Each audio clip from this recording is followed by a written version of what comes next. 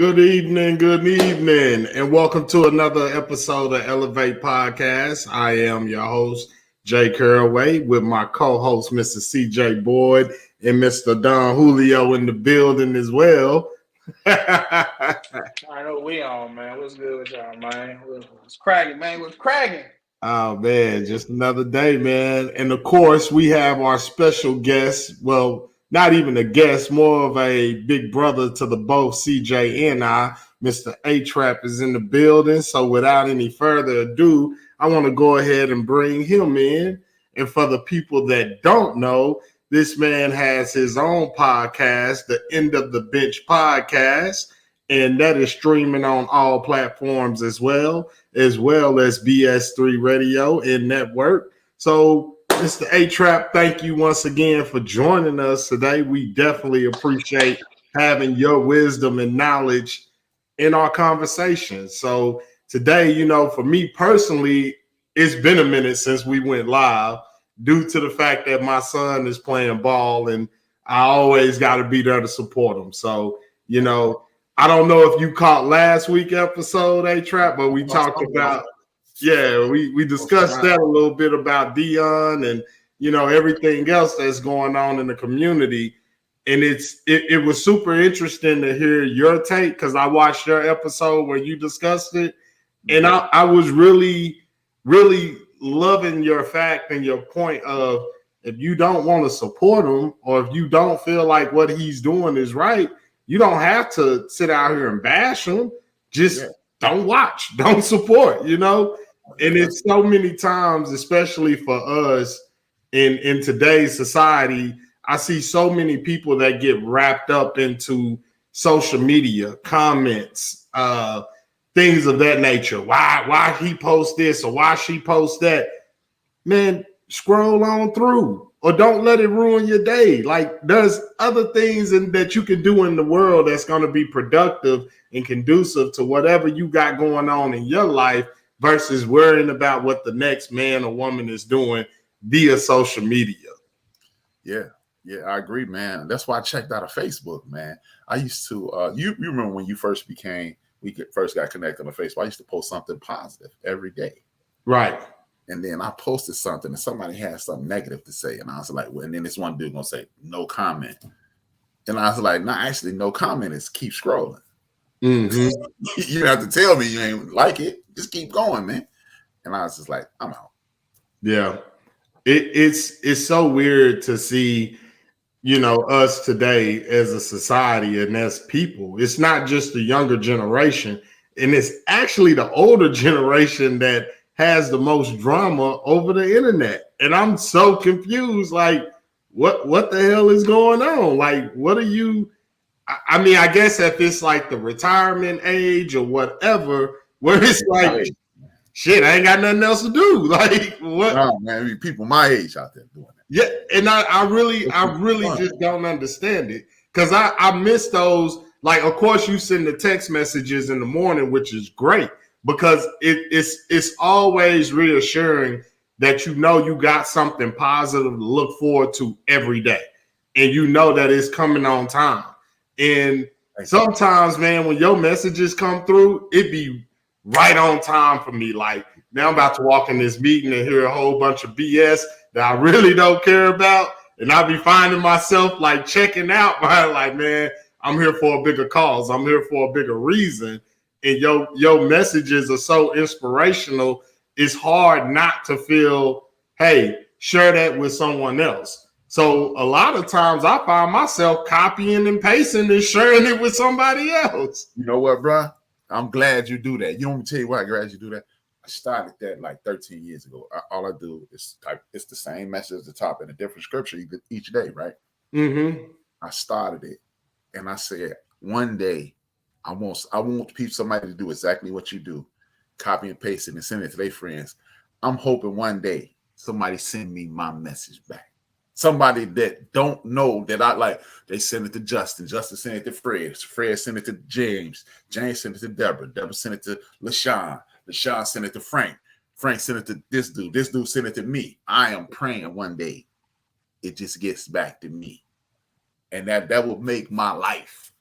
That will be that awesome. means, that means it's a network, hopefully, of thousands of people trying to add something positive to the world every day. And if you do that, hopefully we can elevate the rest of the world. Right. Yeah, absolutely. Yeah, I just feel like, you know, that to me is like one of the so key and so important that we uplift each other, because it's so much already that we have to face, especially as Black men in the world. It's so much hatred and so much, you know, just drama that we deal with just by walking outside our door. And, you know, to have someone that you know or feel comfortable with that supports you and lets you know, like, yo, your struggle is my struggle. But due to the fact that I have age or have experience over you, let me give you some of this wisdom, or as some people like to call it, let me give you some of this game to push you forward and put you in a position where you ain't got to be concerned with certain things. Yeah. I mean, that's the key, man. It's just, and see, like, I can learn, like you say, I'm your OG, as CJ would say. You his, and him and BJ a little older than CJ, but they the same age primarily. They would have been in high school together. And what we have to do, and then CJ consistently speaks about his little brothers, but what I believe, people I think the people at the top of the food chain forget that sometimes I can learn from CJ. CJ said something last night on the show with me and BJ, and I acknowledged it. I said, "Oh, I didn't think about it that way." And then he says he did something before I even read it to this audience. I did like this. I hope CJ caught on. So I was saying, "Yeah, exactly," because I didn't want to interrupt BJ as he was completing his thoughts. So I just threw both thumbs up, and then I said, I ain't gonna read it. Then I said, no, I'll put it on the screen because Brother CJ will put a book on your show. You know, you be like, man,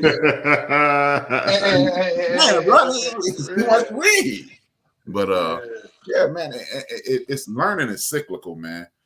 Because okay, I have a life experience over you, but you guys have current and present life over me, because I'm not standing outside no more. I'm not kicking it on the block no more. Me and my homies ain't going to get like me and the homies used to do this. We used to pull up at this spot called a Circle here in Chicago.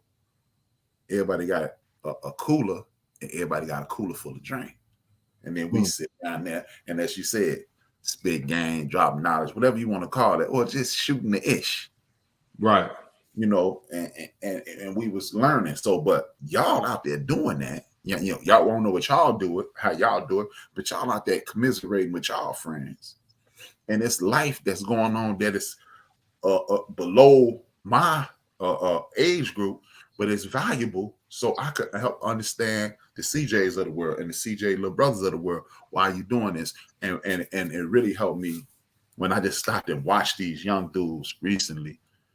And you know how the coolest thing in the world today to say is, man, these young people crazy. And right. Watching these young boys, and I was like, man, they ain't crazy. For one, they ain't been raised the way I was raised. And for two, they're scared. And when you are in fear, you do irrational things. You carry it on. You and if you want, fear might create a lack of hope. And if you ain't got no hope, that means if I don't think my life worth anything, I kill you and CJ. Because hey, why y'all get to live and I don't? So that's when I stopped saying they ain't crazy, they deprived. So I stopped saying that because I'm not gonna write them off, because hey, being judged ain't no fun. Yeah. And it's funny that you say that, because that was, I think, last week. I was sitting here at the house and I was watching that. It was a documentary on Netflix about the young man that was killed in Chicago by the police officer that shot him like 16 times. 17 rounds. Yeah. Juan McDonald. Yes, sir. Yes. Look, I didn't realize that, you know, the fact that we as Black people came together in a city like Chicago and made that type of change happen, and that's not being celebrated or talked about, to me, that's ridiculous. And it really drove me mad to see that, as far as, you know, you had the mayor, you had the police chief, you had all these, honestly, the racist people showed themselves. You didn't have to entice them. They came out in droves to say, "Oh, we back the police." Everybody saw that damn video. The fact that they try to suppress that video and pay that family off, I gotta take my hat off to the brothers and sisters in Chicago that stood and said, "Yes, great, they got they paid, but hell no, this can't happen again." That's what that message said to me, that we ain't standing for that shit. Get this. It got so bad. The racism is so bad here in Chicago. The previous mayor, we got a black mayor. She's a woman mayor.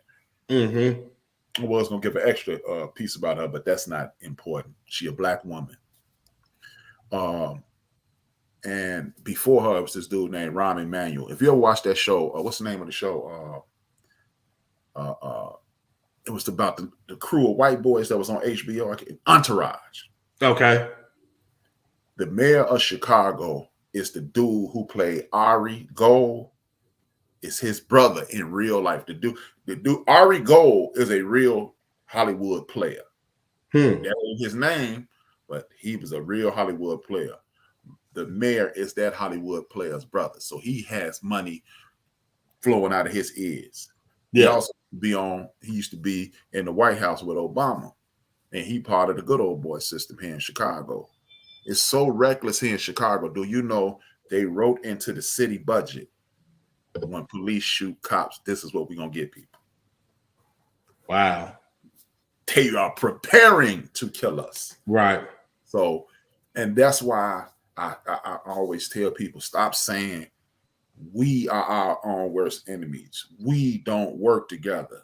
We don't do this. Because, okay, if Justin, CJ, and Brian, HRap, go out and rob a bank, that is not representative of the rest of the black community. That's just three dudes who made poor decisions. That don't even make us bad people. That just made us do something irrational. I'm not even going to call us stupid, because you don't know what our situations are. Right. Hey, it was a dude in South Carolina. It was an older white man. He was dying of cancer. He went and robbed a liquor store. And everybody's like, what are you doing robbing a liquor store? Because when you go to prison, your medical is free. So he got cancer treatment in jail. So I die with this felony, but I'm gonna live long enough to die with that felony. You know what I'm saying? So you never know what motivates people. I'm not saying everybody who's committing crimes is sitting there going, my kids starve. Some people just going, drugs it is, college drugs. I'm a straight A student, drugs, they just doing it that way. But it's a lot of people out here in desperation. And I will say this, and then I'm gonna be quiet. 5% of the population in the United States of America, no matter what you look like, whatever, are participating in criminal activities. Only 5%. So if only 5% of the people doing it, that means 5% of black people doing it too. So don't sign me up. Right. All black people do this, because if you're gonna sign me up for all black people when it's wrong, well, all black people become law professors at Harvard and be leader of the law review, right? And we all marry women who have law degrees too, like Obama. Or all of us do what Dr. King did, or all of us do what Ralph Abernathy did. Why we don't ever do, why it ain't all black people when it's something good? It's only all black people when it's something bad. So only all black people. It's feedback with somebody. Okay, but yeah, Mr. CJ, where you at, man? You been really awfully quiet. Yeah, that Don Julio got him busting, man. Got his mind.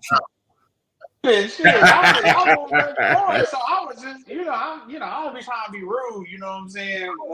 Finally, hey, welcome HRap. I asked you to be on here, and to be honest, it's about to be you and me again. Hell, Justin texted me at 4, 5 o'clock. You texted me. I said, "Oh shit, cool. Just go ahead and be on." It was going to be me and you. So, hey, once again, I appreciate you pulling up. And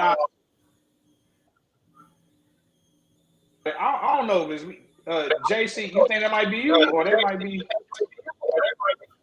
one of y'all got the show playing? I don't in the background? Nah, I ain't got nothing in my background. Like, do you have another window open with the show going? Because if you do, hit mute. Nope. Nah, I ain't got nothing going in the background. Hold on. Let me unplug this microphone. I wonder if that's it.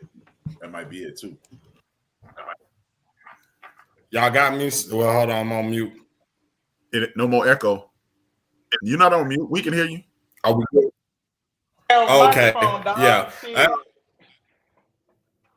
Hey, man, look, this microphone was to me by Ben. So we got to yell at Ben about that. That's a good joint. Yeah, I know. That's cool. I was like, shoot, it worked. And it's not expensive. Yeah, we got to get that Ben on. Now, go ahead, CJ. Nah, I just want, of course, just, what I'm saying, just say thank you, for HRap being here. And I wanted not to talk about, because I'm pretty sure HRap understand where me and, JC are coming from when it comes to this whole situation. So I kind of wanted to broaden the situation in a general sense, and I wanted to take away, I kind of thought about 3 reasons why people may be upset for Deion for making that decision, but I wanted to bring it kind of in a more general sense. So the 3 reasons I feel like people are upset at Deion for it is, for one, possibly the way he, the way he left. Words he spoke while he was at Jackson State, saying how we're going to do all these amazing things and then not stick it out to, through the end. I wanted to talk about the very last reason, and which is kind of a question, I want to get to towards the end. Does everything he did do, is that all discredited due to what he's doing currently now? I kind of want to get to that towards the end of the situation, towards the end of the episode. But first, I kind of wanted to start off by saying, so actually, Justin, me and you made a mistake on the last take we did on Deion. When we mentioned Eddie Robinson Jr., that's not Eddie Robinson's son. No. Right, exactly. Yeah. So that dude used to play in the NFL. That dude used to be a linebacker in the NFL. Tennessee Titans, right? Eddie Robinson Jr., the coach, he used to play for the Tennessee Titans. He used to play for the Tennessee Titans, linebacker, Tennessee Titans. Yeah, he played back with Prime. Yeah, exactly. Yeah. And I remember because I was watching the take, Shannon Sharp said he played against him, a few times. He was, so he knew. So, so that's a mistake on our part, or at least on my part, because I thought he was, so everybody thought that. Of course. Yeah, everybody. Hell, I told my dad, he was like, "What are you talking about?" Because Eddie Robinson does have a son named Eddie Robinson Jr. It's just not him. So that's a mistake on us for bringing the great Eddie Robinson Sr. into the mix, and we don't even need to talk about how great Eddie Robinson Sr. did at Grambling State. But I did want to talk about this point first. So the way Deion left, I know HRap and the Son was talking about it. And now thinking about it, maybe after about this has been going on for maybe 2.5 weeks. What now? I do believe he maybe could have left after the celebration game, because they're gonna play again. Actually, they're gonna play again this weekend. So after that, on Saturday. So he probably could have, held it on, under wraps until then. I mean, do I feel like, that's the most worst thing the worst? Absolutely not. But I do feel like he probably could have handled it a little bit better in that situation if you want to be professional. But with that being said, I do really appreciate, when you look at the videos that his son is putting out, you see how the players feel, how his staff feels about him, and I love that. I love his son put that out. He said, forget what everybody else talking about, what the inner circle feel about him. That's really all that matters. But at the same time, feel like, now after looking at it some more, could he have left in a better manner? Perhaps. And I wanted your guys' opinion on that. And then I want to get into the all the great things he said, and then not possibly, to some people, he didn't live up to expectations. But his exit, do you guys agree with how he exited? And I'm not here to change nobody's mind, because I'm pretty sure we're not. I can't change nobody's mind, but let's just try to get a little conversation going. So the way he left, do y'all, the floor is kind of up to y'all, and then I'll say something after. I've been talking already, Justin. Well, I'll definitely jump in and say yes. I think he went about it the right way. I mean, they had one conference. He definitely, did it in a classy way by saying, hey, some of my kids that I've already recruited and brought here, they're more than capable of playing on this level, and I'm bringing them with me. So what people don't realize, and I'm pretty sure you guys can speak to this from being from HBCU, that pride with you, it's in you. It ain't about did you live up to the expectations or did you live up to your promise? That pride is in you. So you're going to see the University of Colorado take a lot of changes and a lot of things that he picked up, even for Prime. He didn't go to HBCU, but those core values. He did? Well, he went to Florida State to play. His degree is Talladega College in Talladega, Alabama. HBCU in the building all day. Well, there you go then. So that pride and that swagger, that swag, you're about to see that at the University of Colorado. So you about to see the band change up. You about to see the students change up. You about to see so much change up at that school. And that's a testament to who we are, and what we represent, and how we influence and impact not only ourselves, but the world. So I'm totally fine with his exit and the way he did things. He didn't talk bad about anybody. He congratulated the new coach, which I thought was big. And why everybody's so up in arms and concerned about it, support Jackson State. Support the new coach. People are getting pissed off because they put Deion Sanders on the damn pedestal. That's just a man that may have sparked a movement, but he's not the damn movement. One individual is not your movement. And if one individual is your movement, then where are you going? You're going nowhere fast.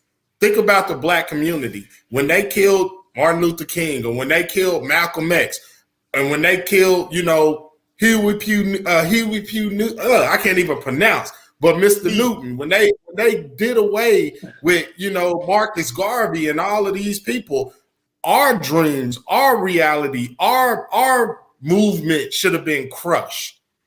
But that just makes room for the next person to come in and say, thank you for your service and thank you for what you established and what you did. But now let me take it to the next level, because I know this is what you would want to see. It's called legacy for a reason. Deion definitely left a legacy at Jackson State. So anyone that comes in that can't fulfill that legacy that he left, then that's when you should be upset. You should be upset then. You should be upset saying, hey, this guy is not doing what Prime has already set in motion for us. I'm done. HRap. Okay. I get your point. I understand your point, but I disagree with about 25% of it. Okay. Your point is great, but here's the difference. This is what me and BJ, this is what I said last night on the show. let's just go with the people you name. Now, in regards to leaving a legacy, I do believe the biggest mistake in the world was for there not to be a number 2 established behind Dr. King and Malcolm X. Because guess what? The Nation of Islam had a number 2 in place, and his name was at the time Louis X, and we know him as Louis Farrakhan now. And you see that movement is still going. Dr. King movement didn't go because Jesse Jackson, who could have potentially be the next man up, he left and started the Rainbow Coalition here in Chicago. That movement died. Malcolm X started Muslim Mosque Incorporated. He didn't have a number 2. So that movement died. So the reason and Marcus Garvey was run out of the country by one of my favorite people in the history of the Black community. He helped W.E.B. Du Bois. His movement died. And for people don't know, Elijah Muhammad and Malcolm Little, Earl Little, Malcolm X's daddy, they used to be under Marcus Garvey. So you have to leave a number 2. And that's why a lot of people like myself and others were disappointed in the way he exited. CJ mentioned what he was saying walking in the door. What he said walking in the door was stupendous. What he did, he did most of that stuff. To his credit, he lived up to the billing. But the thing is, CJ, they only make, he's one of one. Actually, he's one of 2.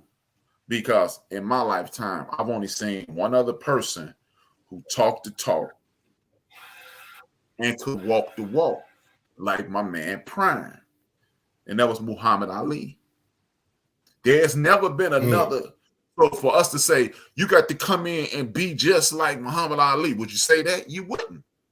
So how you going to be just like Prime? Because Muhammad Ali in the 60s said, I'm the prettiest dude in the world. I'm whooping everybody y'all put in front of me. And I'm the baddest thing you ever seen.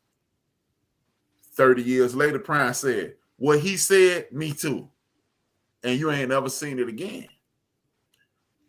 I don't think somebody can live up to that Prime thing. I think my only issue with Prime, I got 2 issues.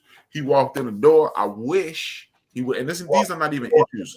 He walked in the door, and I wish he would have said, hey, y'all, like, let's just say I'm coming to BS3. Let's say I'm bringing 10,000 people. You know, I'm the most popular podcast in the world. I'm going to come over to BS3.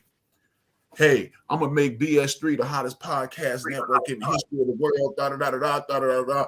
And then all of a sudden, it's 10,000 people watching y'all program. It's 10,000 people watching all the programs. And then ESPN say, yo, rap, we're going to give you this bread. And I go, well, BS3, it was great. I got those people. For one, those people going to follow me. And it's going to make BS3 go back to where it was. Is that a problem? Technically, it's not. Now, I walked in the door rich already. The $5 million that ESPN offered me is not going to be a whole lot because Prime probably make $5 million a year with appearances and the Aflac commercials and through his other endorsements. So the money is a big deal to him. Did he want to go up, go to the quote unquote big leagues? Yeah. Is that a problem? That's part of the coaching carousel. The coaching carousel, coaches have in their contracts. If I want to be if I'm at A&M, let me see. No. If I'm at Christian or SMU and Austin called me, Austin gonna give Christian or a Texas Christian whatever the rest of my contract was, and they're gonna give me some money, and I'm gonna go to Austin. That's part of the deal. The difference is he promised the world.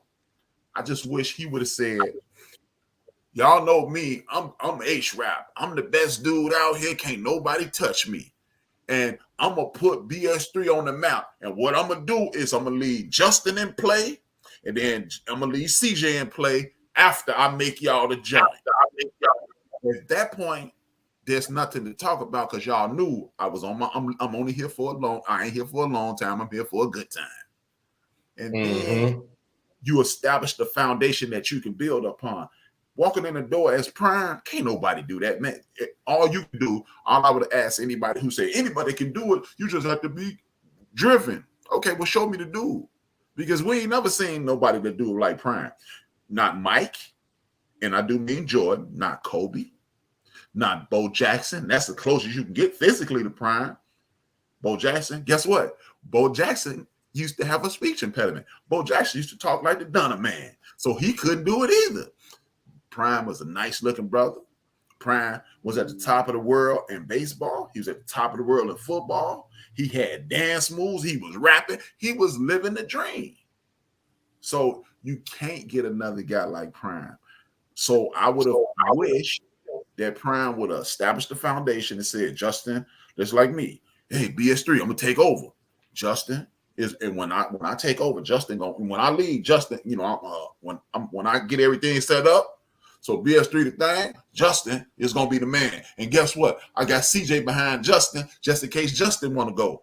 And that's the legacy you were talking about. That's how, and now you telling all the recruits, they just like me. The problem is Prime built up the school and then snatched one of the legs from up under. You took Dennis Thurman, you took both your offensive coordinators, and you took your son. Who people keep saying, well, his son wasn't that good. His son was at South Carolina, the Gamecocks. So he was gonna be a ball player. He wasn't highly touted like a Drew Brees or Peyton Manning or one of these other dudes like Sunshine down there at Jacksonville. But he was a well-respected football player. So he was finna shine over there. And then you got Hunter out of Georgia, the number one recruit on earth. And then he's gonna take a bunch of other people. So it's easy to say, hey, man, anybody can do it. Anybody can't repeat that. Hey, Weston, look, there's certain people in this world that we ain't never gonna see another of them. We ain't seen no Martin Luther Kings. My man Warnock, he had Martin Luther King church, but he ain't Martin Luther King. We ain't gonna see Farrakhan was trained by Malcolm X, but he is not Brother Minister Malcolm. He's not. He's awesome in his own right. You can be awesome in your own right, but you're not gonna be LeBron. Physically bigger, better, stronger than Mike. Probably equal in intelligence, with his abilities, but he's not Mike. He's not Jordan. Kobe, the closest you can get to Jordan, but he's not. So when we expect these dudes to say, hey, you could come on in. No, you can't come on in. It ain't no more CJs in the world. It ain't no more Justins in the world. It ain't no more HRaps in the world. Thank God, Jesus, no more white people. But I'm telling you, you gotta just understand that it's bigger than that. And the thing that a lot of our people, this is why I harp on history so hard on my show, because do you brothers know the last Negro League World Series was when they took Willie Mays up out the Negro Leagues? They never played another Negro League World Series after that. And see, really, yeah, it crumbled after that. And see, we're not looking at the gigantic picture. This is the gigantic picture, not the big picture. This is the gigantic picture. Dr. Greg Carr said this the 29th of October, 2022. He said, these rich white folks that are trying to figure out how much money we got to get Dion to get them out of HBCUs. Understand, y'all, we make cool. You touched on it, Justin. We invent cool. We invent. Hey, afros was the thing. In the 70s, you start seeing white boys with afros. Big, look, sisters with big booties, wide hips, sisters to joint.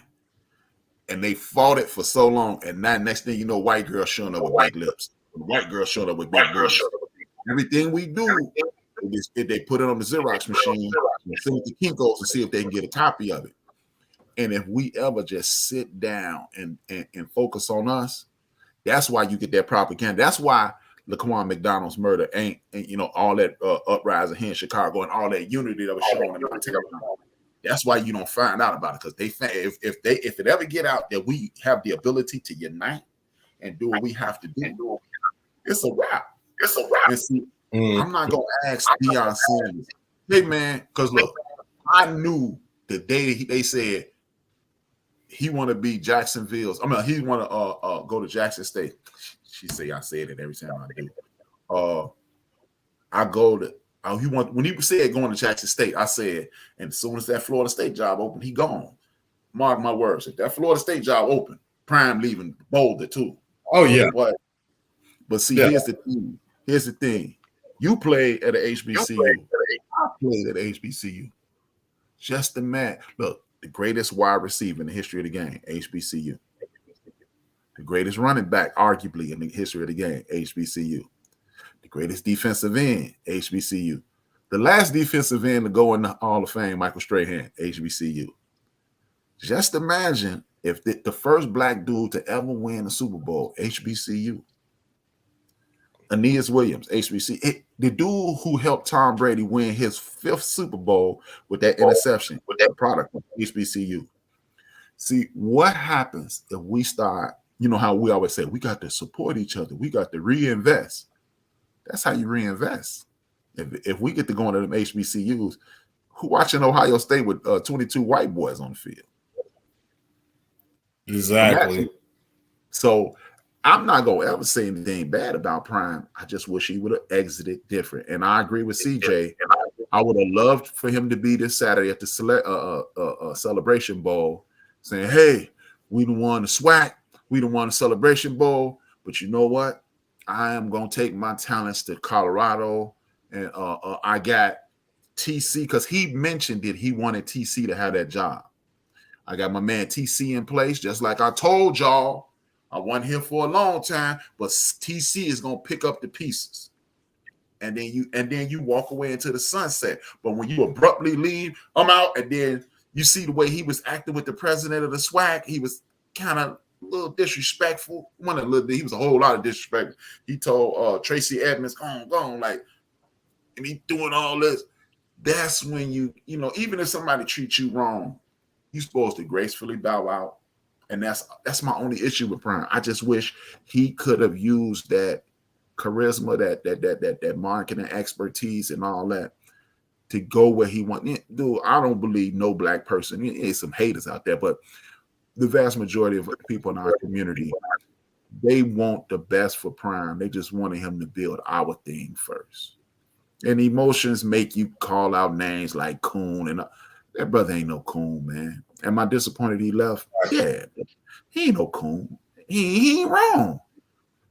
You know, and then I just think I wish he would have used different methods, and then it'll be a different situation, in my opinion. That's all. Just different methods. I'm gonna let you go right quick, but HRap kind of transitioning onto the next. You know, as far as everything he said he was gonna do, and Justin, I'll ask you, and then I'll chime in. Do you feel like, do you feel like because he was going in there with the talks and people love to use, because and this is what I've just been hearing. I watch Comedy Hype. I watch all these. I pay attention to Twitter, even though I don't have a Twitter. I like to indulge in there a little bit. A lot of people are upset that Dion used the Lord's name and God told me to come down here, and just like HRap said, he did a good job bridging the entire next conversation. He was saying, "Oh, hey, God taught me here. We're gonna do everything we can. We're gonna build this school up. We don't need all these top recruits going to all these PWIs and all these big institutions." And I have a little bit on a side note to say, but I'll say it after you, Justin, because you've been kind of quiet. But do you believe that's also because he was doing all that talking? Do you believe that he was in the wrong for doing that talking and then to leave? And then that's the other part. Because he did leave to go to Colorado, which is, I don't think it can get no whiter than that, next to the Dakotas and like Minnesota, Utah. like the Gopher, like Wisconsin or some shit. Like, so Justin, so go ahead and chime in on, just on his words versus, how it is now. Go ahead. And then I'll chime in a little bit. Go ahead, Justin. Well, for me, what I think he did, of course, because he's who he is, to HRap's point, right? it's only one Deion Sanders. And because he is who he is, no matter where he would have went, attention follows him, right? So he definitely brought attention to HBCUs. Now, to me personally, I feel like now it's on those HBCUs to continue to say, I'm going to go after the big recruit. I'm going to be the one that says, hey, remember what Prime was talking about, right? Everybody doesn't need to go to a PUI, right? Let's build what we have and let's build upon that. Let's expand upon that. Because the man gave up, I think, half of his salary to build up that program. I don't know too many other HBCU coaches that'll be willing to do that. So I give credit to right there. No.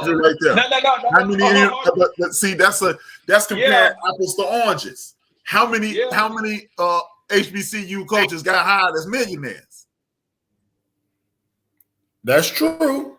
Hey, Justin, and not fair. You understand, Deion, and I did the math.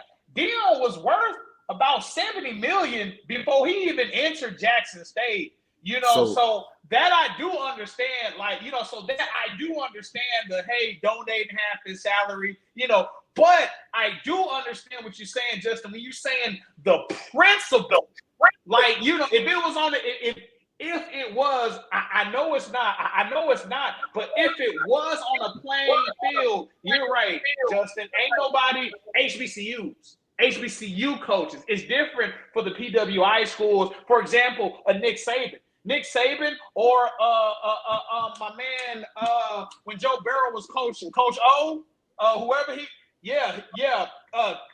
Cliffsbury, that was from Texas Tech, that had them big multi-million-dollar contracts. It's a lot easier to allocate those funds versus HBCUs. They're not getting that. But I do understand where you're coming from, because regardless of the fact of if there was multi-millionaires or not, he still did it.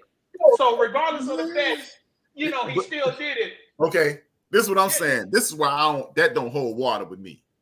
Because as you stated, if I got $70 million in the bank and you give me $500,000, that's dirt. That's nothing. Look, let's just use it in our terms. If I know I got a turkey cooking at home and you buy me a Big Mac, how is it shot? Hey man, HRap the man, he gave that Big Mac to a homeless guy. When I get home, I got food. He don't. So I ain't knocking it, but you don't get a whole lot of credit for giving away $5 when you're a millionaire. That's all I'm saying. For me, it's not that, right? Like, to be quite honest with you, being here in the Dallas-Fort Worth Metroplex, we all saw Deion and what the play was, right? It was a reason that he started his own little school to, coach up his kids and stuff like that. And I don't know if you remember this or not, but the SMU job was available.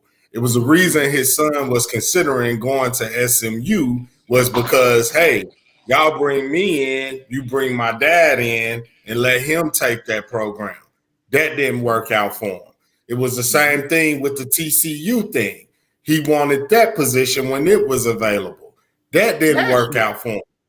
Right. Yeah. So he learned really quickly that, yes, they love you. They love what you did and the attention you gonna bring, but we don't love you enough to give you these jobs, especially given the fact of you don't got no coaching resume, really, because your school was shut down due to the fact of misappropriate funds. But honestly, it was a lot of stuff that was going on with those programs that we all knew what it was. And let's be real, he brought his son at Jackson State because he knew, let me get his numbers up. And guess what? He has an opportunity at the league due to the sure fact of who I am, what my name is, what my resume says, and better yet, he's coached by a legendary Hall of Fame player. Come on, man. It's not hard to follow. Yeah, what the play was. It's not hard to follow. Justin, that's why I'm saying giving up that money is just, I'm giving up this money because it's quid pro quo. When I had nothing, y'all gave me something. Y'all gave me a foot in the door. So I'm getting this little change back that I really don't need. Deion Sanders probably spent $500,000 on nothing. Easy. So and that's just like what you said. Like, I'm giving him credit for everything, but that. Yeah, but just like what you said, though, look at what was going on even when he was coaching. Look at his endorsements. Look at, the commercials that you saw every Saturday. But give credit to, every day. I give credit to where credit is due. The man had College Game Day at Jackson State. Hey man, only thing I ain't giving the credit for is to giving away the money. That man, no, dog, no, because I mean it didn't mean. See, look, we making $55,000, $65,000, $75,000, $85,000. Get that for get 35 up there. Nah, ain't nobody giving up. See, that's like hey, exactly. But look. Tell you what, you work at Primerica. Hit the Powerball, and I bet you if you like, I'm gonna still go to work. You know what? I'm gonna donate half my Primerica salary to the homeless. Ain't nobody gonna be like, Justin, man, he the man. No, because he got Powerball money in the bank. So that little $50,000 he gonna give away. Hey, it's better than what they had, but nah. Hey, hold on, and hold on now. Just to add to that. No, now on the serious note, you're right on that scale. And to be honest, you brought something to my attention. Even though I knew the man was worth about 60-70 million before he even touched Jackson State, I will say this. You're right. He donated the salary and he built it up. That's still gonna stand. Just because just because he donated that money, that don't leave with him either. Now he don't say, hey, you know what? Deconstruct this gym because I'm gone. That still stands. You're right. He did still do that, but I do understand as far as the meaningfulness to him. And truthfully, HRap, and I get you because when people be saying, man, well, y'all need to pay him, y'all need to do this, that, and the third. Y'all really think Deion would have been struggling without Jackson State? Do y'all really think Deion would have been like, damn, I don't know how I'm gonna keep these lights on? Look. How about this, CJ? How about this? Let's not forget, 3 or 4 years ago, before he quit and started coaching his kids, he was making $900,000 a year at CBS. At the pregame as show. An announcer. As an announcer. So we're not talking about some pauper saying, oh, God, if I give up this $250, I hope they got food stamp. Oh, Brett Favre just stole the food stamp money. No, man. The man was awesome. He was awesome in everything he did, but I'm not giving you no credit for that. I mean, he gave away half his salary. Man, shout out to Prime. I can understand your point. But it's 60 seconds in every minute. It's 60 minutes in every hour. I'm going to take that second back. That's all I'm going to take, that 1 second. That's all I'm going to do. You get credit for the whole hour. I just need that 1 second. You get 59 minutes, 59 seconds. I just need that 1 second back. That's all I'm saying. I can totally see that. And for the bracket, for anybody who think I'm hating on Prime, look, I've been a Deion Sanders fan since he was, when the white folks tried to change his name from Prime Time to Deion back at Florida State. I was digging him in. I watched that game. I watched freshman year when Bo Jackson muffed him. I played corner, so of course I was gravitating to Deion Sanders. My favorite players in the world, even as a kid, was Everson Walls, Dennis Thurman, Springs. Ron Springs played fullback. Dennis Thurman, Everson Walls, Mike Haynes, Lester Hayes, Mel Blount. And I always liked the defensive guy, so Prime was right in my wheelhouse. I have nothing bad to say about Prime. I'm just not giving credit for that money back. Now, I see your point. I mean, when you break it down, it makes total sense. I mean, the fact of it wasn't a big deal to him, but what it meant for that school and what it meant for that program and what it meant for those kids. Yeah, like those kids that, think about it. If he didn't, let's say he laughed at that gig. Let's say he was like, HBCU, hell no, I ain't doing it. You know what I'm saying? Like, they would still be in the same position that they were in now. Dallas. If he said that, he'd still be in Dallas. He should have known that SMU and TCU gig, that shit ain't happening. Even with him getting Colorado, they like, shit, that's fine, but you ain't, your money ain't long enough for no, it doesn't compare to what's there, What I want people to do, one second, CJ, what I want people to do is don't give up on Prime, because people keep saying, see, he going to do the same thing in Colorado. Hey, I just got 2 words for y'all. Jim Harbaugh. Before last year, they were talking about firing him. He had 3 top 5 recruiting classes, and Jim Harbaugh, dude in the playoffs right for the last 2 years. But the first 5, they had the pistol to his head, remember? Deion Sanders is going into a conference with 5 top 25 teams in his conference. So it ain't just finna be like Jackson State, where ain't nobody ranked, ain't nobody, everybody struggling, and then you show up. Prime don't give up on him. For the people who love Prime, don't get to talking that, man, but maybe he shouldn't have left. No, he should have left, because that's what he wanted. But it ain't gonna be as easy as I'm Deion Sanders. I'm showing up. I got these speeches. Who swag? Who ain't Pac-10? No, it ain't none of that. Because he playing with them. He playing with, like Buddy Ryan once said to Jimmy Johnson when he went to the Cowboys. The Eagles beat the Cowboys. They stumped him.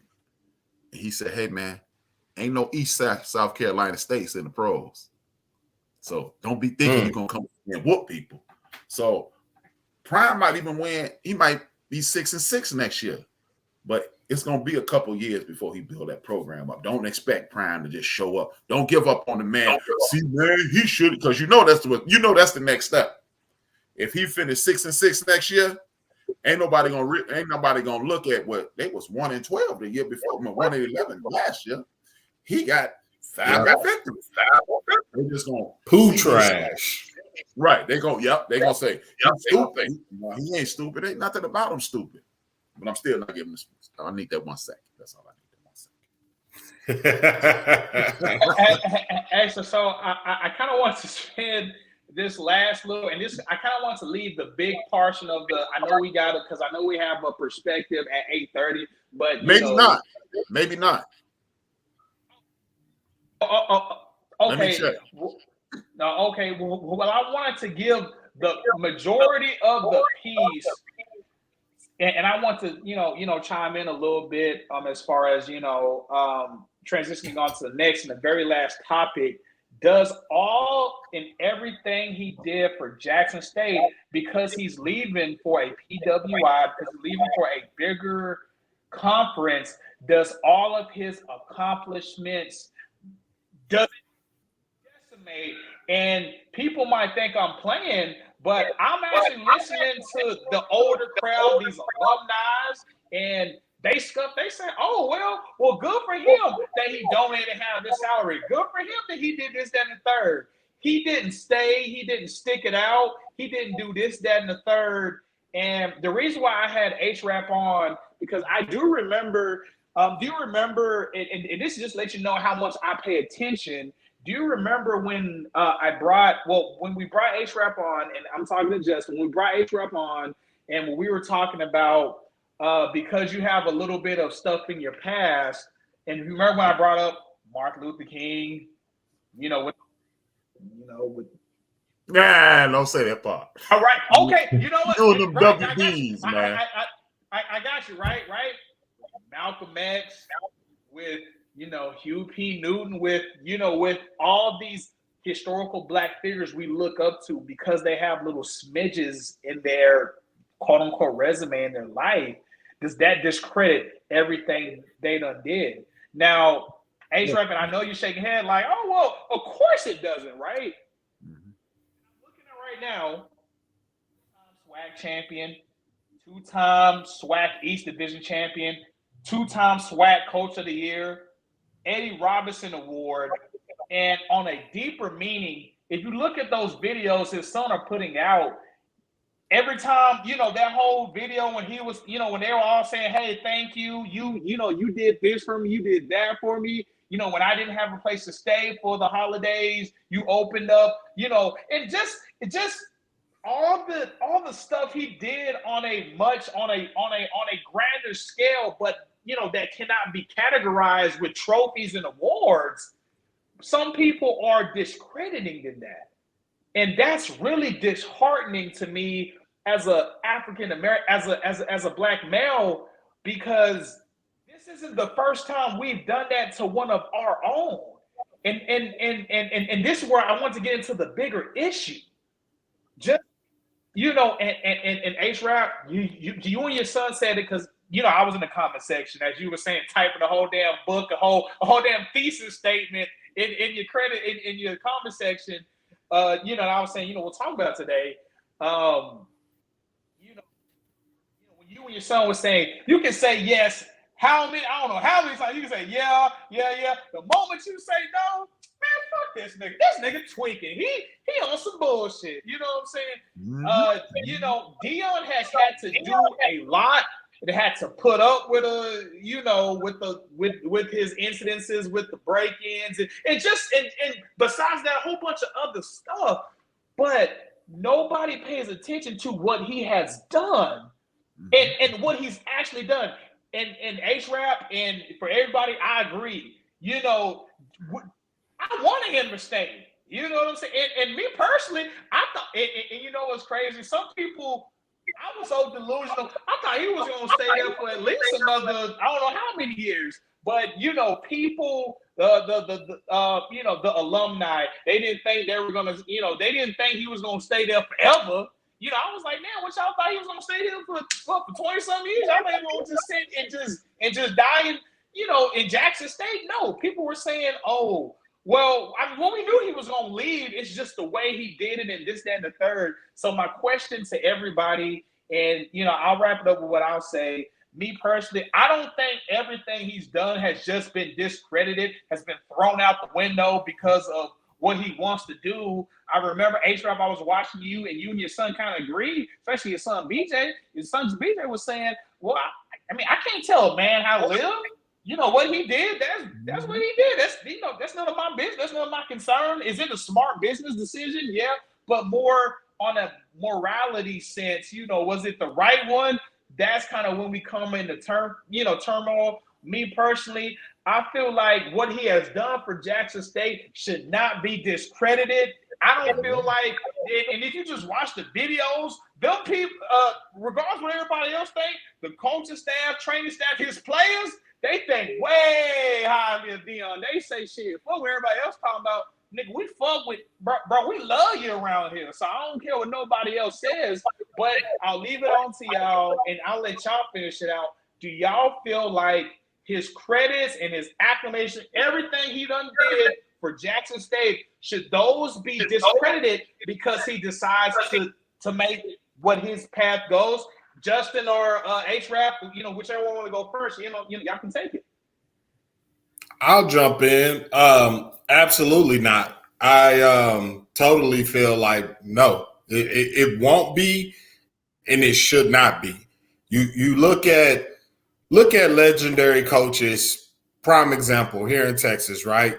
Bob Knight can still go to Texas Tech and get a standing ovation, although he was killing those players. Don't matter. He brought a winning tradition to Texas Tech. Same thing when he was in Indiana? Same thing. They come on, man. Like you're not gonna take away from a man's greatness or his legacy. The coach from Penn State, not Jerry Sandusky, that motherfucker should be done. But Yeah, Joe Paterno, prime example. They took down his statue and stuff, but guess what happened? His son, I guarantee you, if his son ever get an opportunity, they'll give it to him. Just on the sure fact of who his father was and what his father meant to that program and what his father meant to that university. People got to realize and understand that sports is a big, big commodity for these colleges, whether it's HBCU, whether it's PWIs, it doesn't matter. It's a huge commodity. So when you have like homecoming week and you got everybody coming back, everybody showing love, guess what? Those players, those coaches, those are the ones that are actually going out there putting in the work and stuff. And HRap, you can speak to this as well, but it's so many people that graduate from HBCUs that are alumni that don't give back, that don't even go don't even visit the campus. They do nothing. They get in their, cush positions or get in a, comfy house or comfy lifestyle, and it becomes, I have a whole new set of friends. My college friends that are not doing as well as I am, I can't fool with that no more. So for me, yeah, that should be for us as a people, it should be a no-brainer. Like, yes, applaud that man for what he did do for your university. I understand you have every right to feel like we feel a little slighted or whatever, but the sure fact that he came there and brought awareness and brought attention, because how many of us knew about the water situation down there before he said something? Not many. So I don't blame him.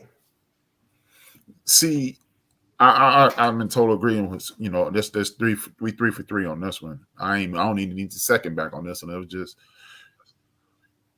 Justin, you put it best, man. You gave the best example it's pretty much a microcosm of the Black community. And I appreciate, I'm gonna salute you.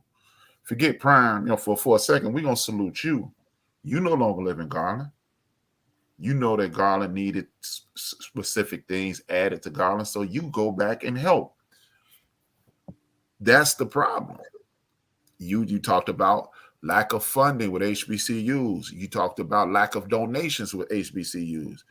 That's why our situation, and that's part of the anger too, CJ, that we know we don't give back. And Prime could have made it, he could have made it fashionable to give back. See, it's bigger than Prime. Like we'll get, like, again, all three of us, we make it $250,000 a year. So now we got to move the pill here because we ain't good enough for the hood no more. But here's the thing, here's the difference. Warren Buffett, one of the richest men on earth, he lives in the same house he bought in 1968. And that's the thing we need to get, that's why a lot of people my age, CJ, that you mentioned, and older, that's why they disappointed, because they know that they don't give back to these schools. They know it. No, they don't. Man, my phone is ringing. I gave the Val Deming campaign for about 6 months. I'm kind of mad because they won't stop texting me. They don't ask me for money. They just giving me updates. I'm like, okay. I had it on auto pay. Leave me alone. But we don't give back, and that was hopefully a way in the door. And that's why I believe a lot of people are disappointed. I did the numbers last night, Justin. I don't know if you watched. It's 45 to 60 million people from our community that live in America. And I'm not talking about our brothers and sisters from the Caribbean, South America, Central America, and the continent. I'm talking about descendants of enslaved Africans. 45 to 60 million of us. If 40 million of us gave $20 next month, that's almost $1 billion. We wouldn't need anything else. And that's the problem. We're not thinking. We keep thinking about right now. And all we have to, we can do, I often talk about terrorist organizations and how they move. They move, like we keep saying, we got to move like a fist. Terrorist organizations move like this, but they got one goal: defeat whoever the enemy is, defeat the infidels. I don't care if you're throwing rocks, kicking bombs, bricks, bombs, semi-automatic weapons, defeat the infidel. That's what they're get down there. And we see it time and time again, and we don't catch on. These racists that run the country and in Congress, they don't give up when they are not elected. They say, right, oh, Justin didn't get elected. We're gonna put some money on CJ next time. They don't say, man, we don't never win. And we always go, man, we don't never win, and then give up. As you stated, we have to reinvest in Jackson State. It's our civic duty as Black people in the United States of America to donate money to Jackson State. Whether you agree with me or not, it's your job to send them some money. And guess what? If we start sending them money, just imagine if 40 million of us sent that $20 to Jackson State, now they got $1 billion. The facilities ain't right, and that housing ain't right, and that stadium ain't right. Now we got a right to be on the phone with the president. Yo, prayers, we sent y'all 900 million. Why that campus don't look like TCU? We ain't got enough money to make it look like Austin. We ain't got enough money to make it look like A&M. We can make it look like TCU. You know what I'm saying? We can make it look like Houston Tillerson down there in Houston, Texas. You know what? That's HBCU too, but they got nice campus. They got nice facilities. And that's what we need to be doing instead of sitting around talking about what Prime didn't and what Prime should have. What are you doing? I have a 8-step plan on my get down. I reached out day before yesterday to the president of the SWAC, and I offered, and I'm gonna reach out to the president of MEAC next. I have ideas, I have things, but what are we gonna do? You know, we can talk about Prime, and we could, like CJ said, we could denigrate him and say what he didn't do. Okay, he didn't do that. You're right, boy. He a coon, he a clown, he a bozo. He make me sick. Now, what's the plan? Oh.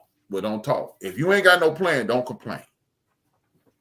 Right. If you ain't listening for no plan, don't complain. So that's why I say, man, I ain't got no problem with what Prime did. I just wish he would have did it in a different way. That's all I got to say. I wish he would have did it in a different way.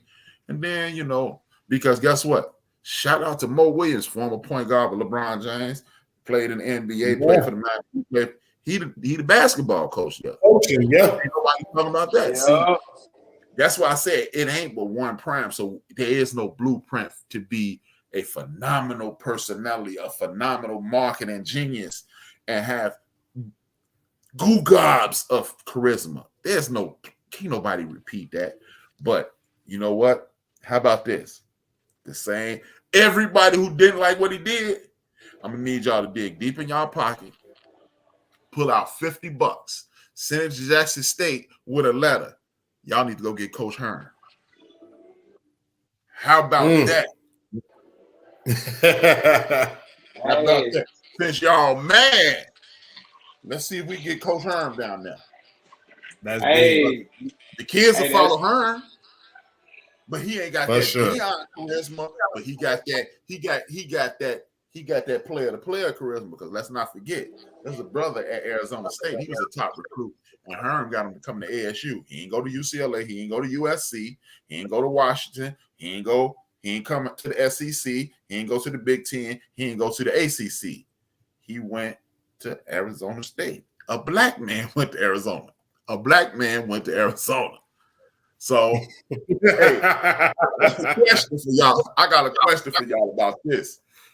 My thing is this. Now, me and Justin, we wasn't NBA and NFL caliber. We were just good enough to get some free education, right?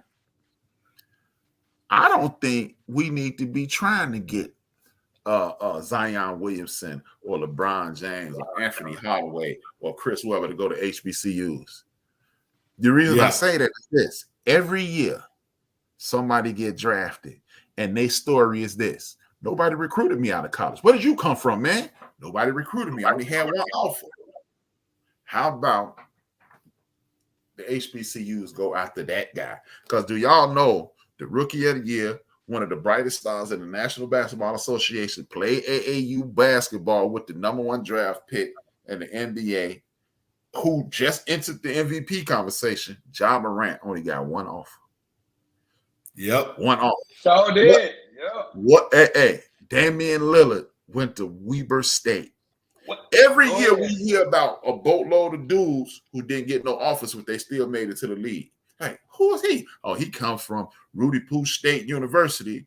And in Rudy Poo State University, he was the man. And look at him now. Scottie Pippen. You got Division I, Division II, Division III. You got JUCO, and then you got NAIA. Scottie Pippen comes from NAIA. Why ain't Scottie Pippen at an HBCU? It's another. Don't tell me. Exactly, Dennis Rodman. Yep. So we need to stop focusing on, man, Justin is a McDonald All-American out of Dallas, Texas. He was killing it. Larry Johnson cousin. We focus it. And then you think I'm finna walk into LSU or one of these Syracuse or Georgetown and go, yeah, they got a $40,000, they got a $40 million locker room. Then I'm gonna go to Jackson State and they wore out of Brown. I'm going, yeah, that's where I need to be. No, but somebody without a whole lot of option and a whole lot of game, I'm going to Jackson. Because guess what? If you can find Luka Doncic in Europe, you can find me in Mississippi. If Auburn can find Charles Barkley in Leeds, Alabama, it's somebody. One of Charles Barkley's teammates. It was this kid that played for the University of Texas, man. I can't remember his name. I never could remember his name. Justin gonna remember this name though. Felipe Lopez. Oh yeah, St. John's. Yes, he went to St. John's. It was this kid that went to the University of Texas, played 10 years in the NBA. I cannot think of his name. He played with that one dude, the point guard dude, Tyler something. He played with him. You know how he got the University of Texas? Because the dude who they just fired, like maybe about 4 years ago, he went up to St. John. I mean, he went up to New York, and everybody was like, "You think you can get Felipe to go to Texas?" He's like, "No, I'm looking at his teammate." And Felipe was just okay and got hurt a lot at St. John's. That kid that I'm talking about came down to UT and was killing it with Andre Aldridge and that crew. And went to the league for 10 years. So why are we shooting at the top? No, we can't get the top. But guess what? It's a million dudes in this country that's working at Kroger, that's working at Walmart, that could shoot the lights out. How many times, y'all young, y'all still hooping, how many times y'all have been on the court with a dude who killing it? Hey, man, what school you go to? Oh, man, I work. I ain't get no office. Bro, I went to school with a guy that was killing basketball players, killing the team. And just because he didn't have his stuff together, I mean, it was ridiculous. I'm like, bro, you're way better than even on this level. You should be D1 or better. You should be that guy coming straight out of high school. And the thing was, he was like, bro, I never played in high school. I just, messed around and, pick up or whatever, but actually playing on a team, no. And I'm like, it was ridiculous. So I'm right there with you. I know exactly what you're talking about. Yeah, man. See, we keep talking about, hey, man, how you going to tell somebody to turn down the potential? You look, I'm going to turn down a name, likeness, and image contract. I'm going to turn down networking at University of Texas because, hey, man, I'm black and I'm proud. I'm not saying that you shouldn't do that, but what I'm saying is this: go on up to Syracuse, go on up to Georgetown, UCLA, go on to all those places. Let Bobby Hurley and Coach K, all of them, let them be your coach. Get that guaranteed money. But your homie, Justin Caraway and HRap, hey, man, look, I'm the number one running back in the nation. While y'all trying to get me, y'all need to be checking out my man in the backfield, HRap. He the next Dion. And then send him over to Hampton. Send him over to Grambling. Send him over to Southern. Send him to Texas. What's Prairie View? Send him to Arkansas, Pine Bluff. Send them to those places because, man, it is so many players that we never heard of. Like, how many times y'all watch the draft? How many times y'all watch the draft and you be like, this dude, why they pick him? And then next thing you know, this dude, look at all the Hall of Famers. Look at some of the best Hall of Fame players that we know. They didn't come from the first round. Look, the dudes who are the number 1 and number 2 quarterbacks in NFL history come from the 4th round. Yeah, from the 4th and 6th round. Tom Brady, Joe Montana. Tom Brady, yep.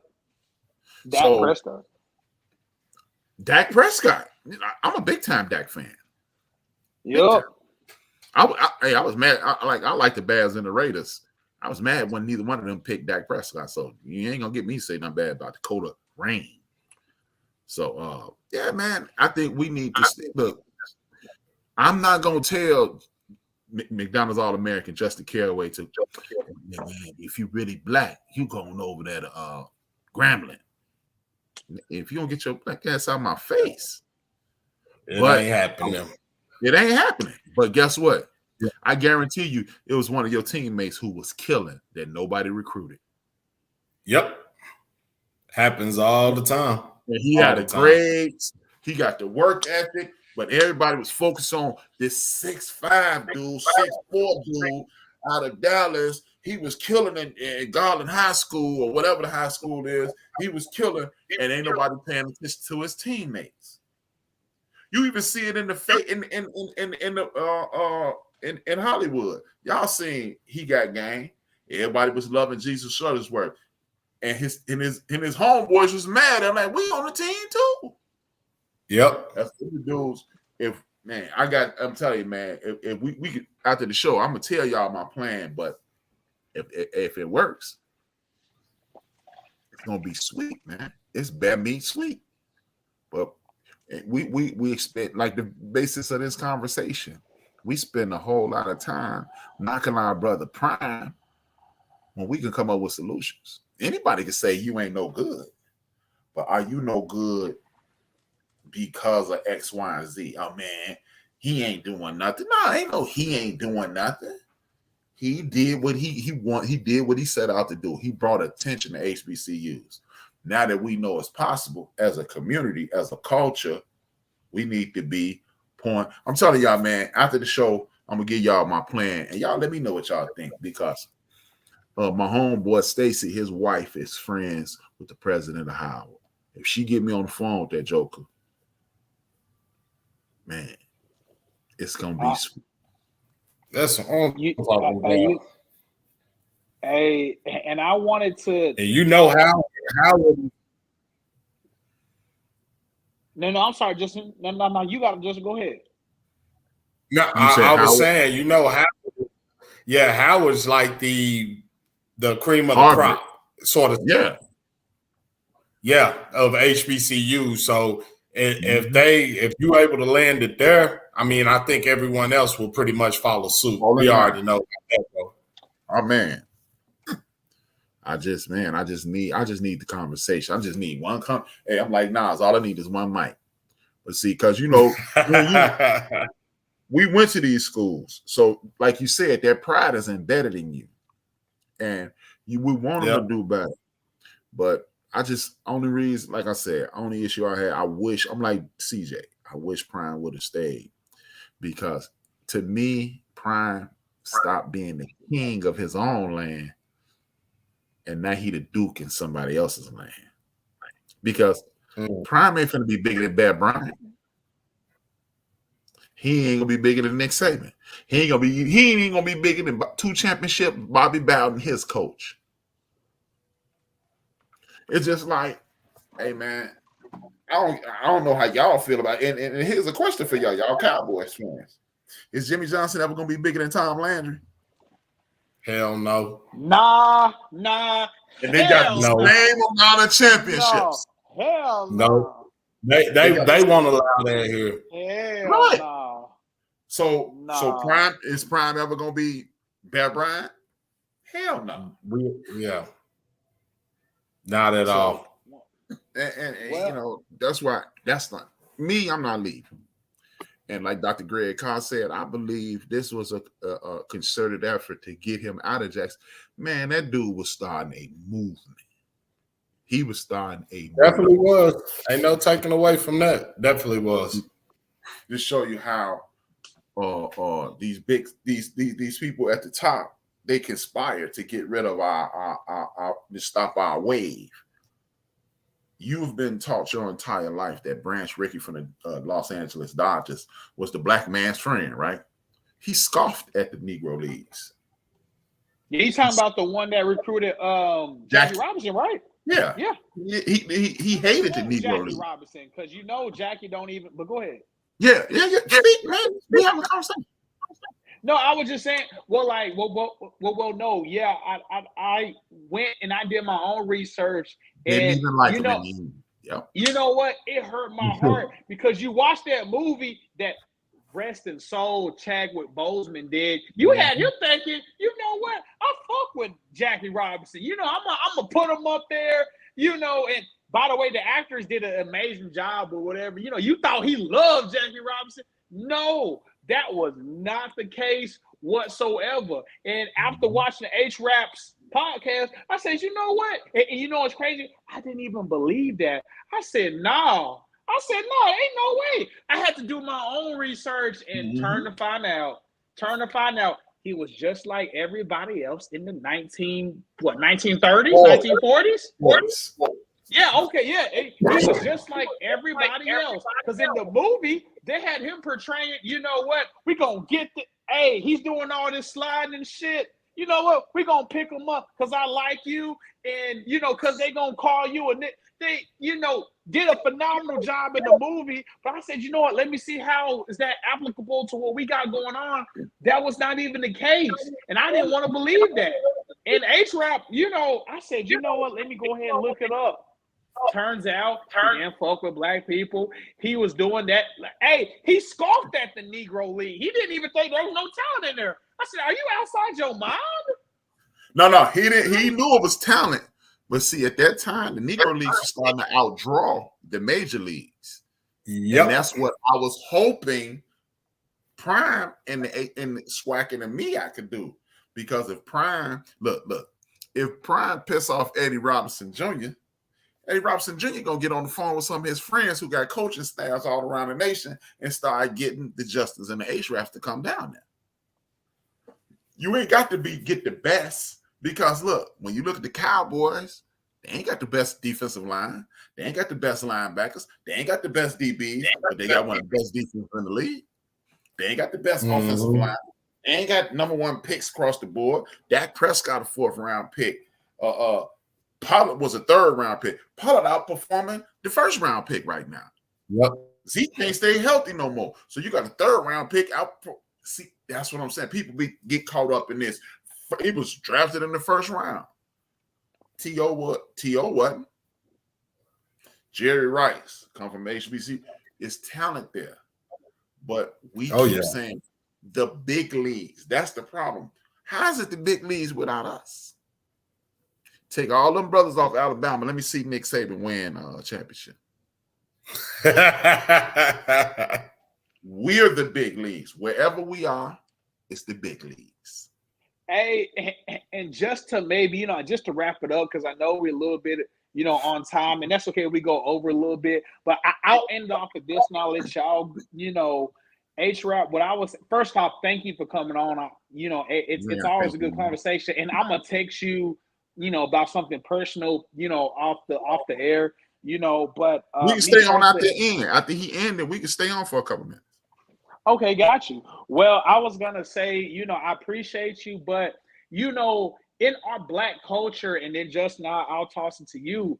It's always been like we've seen this in the movies, like for example, with the Jesus Shuttlesworth movie when Ray Allen was playing it's always been. Yeah, he got game, exactly. That's funny. I just watched it recently, like not too long ago, and he got game. He was, never mind, with that whole scene when he was on the Ferris wheel. I said, boy, Ray Allen, you tweaking, dog. I said, Ray Allen, you out of there, dog. You tweaking.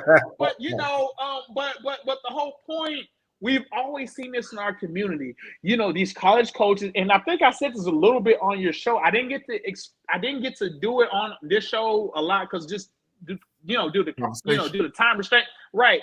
But these college coaches, they come to the hood, they come to these quote unquote these low poverty neighborhoods. They come scope, you know, the 3-star, the 4-star.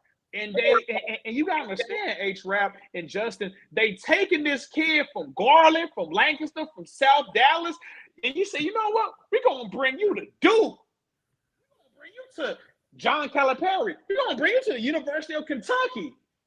You like, hold up, you're because you've never seen this before. You've never seen. You like, damn, quote unquote, snow bunnies everywhere. You like, damn, you getting treated. Hey, when it's Christmas, you know, and I mean, of course, we all know people that's played in the big, you know, divisional schools. You know, they give you with these beats, Xboxes. They said, damn. So anyway, the point is, you know, these college coaches, they come to these hooded, quote unquote, areas. They're gonna take you out of that, and then gonna bring you in that public spotlight. And that's always been in our community. We've always felt like that. That's always been a He Got Game. What's the movie with my man with Tupac? He got Above the Rim. Above the Rim. Yes. Above the Rim. He was he was getting that offer from Georgetown, right? Yeah, you know, taking them from the hood. I forgot my brother's name. He was married to Tisha Campbell Martin. Dwayne Martin. Right. The white man, yeah, right. You know, we've seen this in our hood multiple times. You take the kid, you bring him to the spotlight, he get all the exposure, boom, NBA scouts. I feel like, me personally, if we had that in the HBCU, they'd say, you know what, Jackson State and Justin, you and I close. You know, I'm a big Texas Southern University fan. Texas Southern out there in Houston. You know, hey, we bringing a Texas Southern, we're bringing the Alcorn, we bringing, you know, all these other places. You know, that's the ideal place, but we don't see that. That's why I can't blame, and you got to be truthful. And just, I think I asked you, hey, if your son had a scholarship to either, hey, he can go play, well, Mike Krasinski isn't there no more, but, you know, to Duke or North Carolina or, you know, all these big town versus, hey, you know, we're going to send your son to Jackson State, Texas Southern. You're going to say shit, especially if your son can be a star. You're going to send them to the bigger schools because they're getting the exposure to the NBA or to that next league. Now, mind you, and I'll leave this off with this. This is only with athletics. Scholarship-wise and academic-wise, some of our best lawyers and doctors has came from HBCUs, and I'll tell you this for sure: Texas Southern University, and this mark that Texas Southern University has one of the best pharmacy programs out there. And not just Texas Southern, you have all these HBCUs that's good for educational purposes. We just scratched on on the athletics. But academic-wise, HBCUs is killing it. There's no way. Okay, you know, we got you. But there's no way that HBCUs isn't, you know, up on up with the, you know, lawyers and the doctors. We're just talking about athletics, but if we're talking about, you know, HBCUs and, you know, academics as a, you know, man, we're up there. So next week. Yeah, let us go ahead and jump off because they ready to roll. We're gonna go ahead and jump off. Let me stay on, in the line. Just end it. Yeah, stay on.